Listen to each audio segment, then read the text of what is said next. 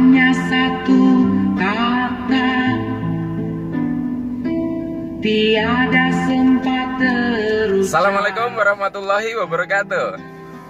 Walau kita Selamat pagi teman-teman dimanapun Anda saat ini sedang berada. Jumpa lagi kita berjumpa dengan Arif RH. Ya, pagi ini saya akan membahas tentang negosiasi di dalam diri, ya, negosiasi di dalam diri. Beberapa waktu lalu ada beberapa sahabat di Facebook yang bertanya begini ya, kurang lebih ya, Mas Arif, gimana ya tipsnya supaya saya selalu semangat? Saya waktu itu langsung jawab begini, loh, kalau Anda selalu semangat bukannya itu malah membahayakan Anda? Dia bingung, loh maksudnya gimana? Loh, kalau kita mau tidur, Anda mau tidur, apakah butuh semangat?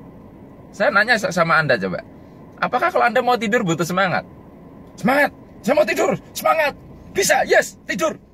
Malah gak bisa tidur toh, ya toh? Berarti pada waktu kita tidur butuh apa? Butuh kita malas-malesan, butuh kita rileks. Berarti semangat tidak perlu muncul toh? Berarti tidak perlu kita selalu semangat. Nah, berarti saya mengamati ternyata di dalam diri kita tidak ada satupun emosi yang jelek.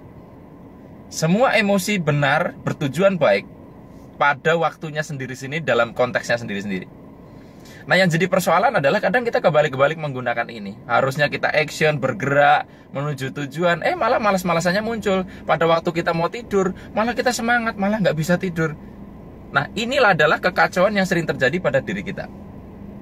Nah, saya ngamati juga pernah ketika saya mau mengisi kelas vibrasi, capek sekali rasanya. Dan ketika saya, karena waktu itu padat sekali jadwal saya, ketika saya mau ngisi udah emosi nggak karu-karuan. Ternyata ada emosi malas. Ya, emosi malas di dalam diri saya itu marah. Lucu ya, emosi bisa punya kemarahan juga. Jadi dia pengen saya istirahat gitu. Nah, sementara saya harus kan waktu itu. Jadi akhirnya yang saya lakukan adalah saya bernegosiasi. Jadi saya minta tolong sama emosi saya supaya sejenak untuk bisa memaklumi. Nanti setelah kelas kita akan malas-malasan yuk. Itulah sebabnya saya tegas kalau misalkan saya capek betul, habis kelas saya me time, waktu untuk diri saya sendiri. Saya tidak adil kepada diri saya sendiri. Nah, jadi teman-teman perlu kita amati baik-baik. Ternyata kita selama ini mungkin kurang tepat mengatakan bahwa ini emosi ini tidak bagus ya, emosi ini baik. Bisa jadi baik pada waktunya sendiri-sendiri, dalam kadarnya sendiri-sendiri. Ya, karena diri kita ini seperti sebuah perusahaan ya, dan di situ kita punya banyak anak buah ya. Kita punya bagian-bagian yang satu sama lain ini punya porsinya sendiri-sendiri. Ya coba deh waktu kita bangun tidur itu pagi-pagi itu ya, seperti ada suara di dalam diri kita. Ayo bangun, kerja ya kan. Separuh lagi mungkin ada suara lagi, nanti bentar lagi. Nah, sebetulnya apa sih yang tadi berdialog itu?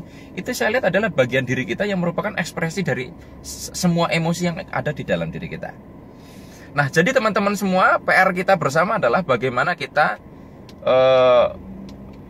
supaya kita mampu mengelola diri kita. Itu adalah kita bisa mengenali kita sebetulnya merasakan apa ya, seperti biasa temanya itu. Kemudian adakah emosi lain yang mungkin saling bertuburkan di dalam diri kita. Ketika ketidaknyamanan muncul dalam diri kita, itu tanda ya bahwa ada emosi yang saling bertengkar di dalam diri kita. Demikian teman-teman yang bisa saya sampaikan pada kesempatan kali ini. Mohon maaf kalau ada kata-kata yang kurang berkenan. Saya akhiri. Billahi taufik wal hidayah. Wassalamualaikum warahmatullahi wabarakatuh. See you. hanya satu kata, kembali karam di hati. Walau sering bicara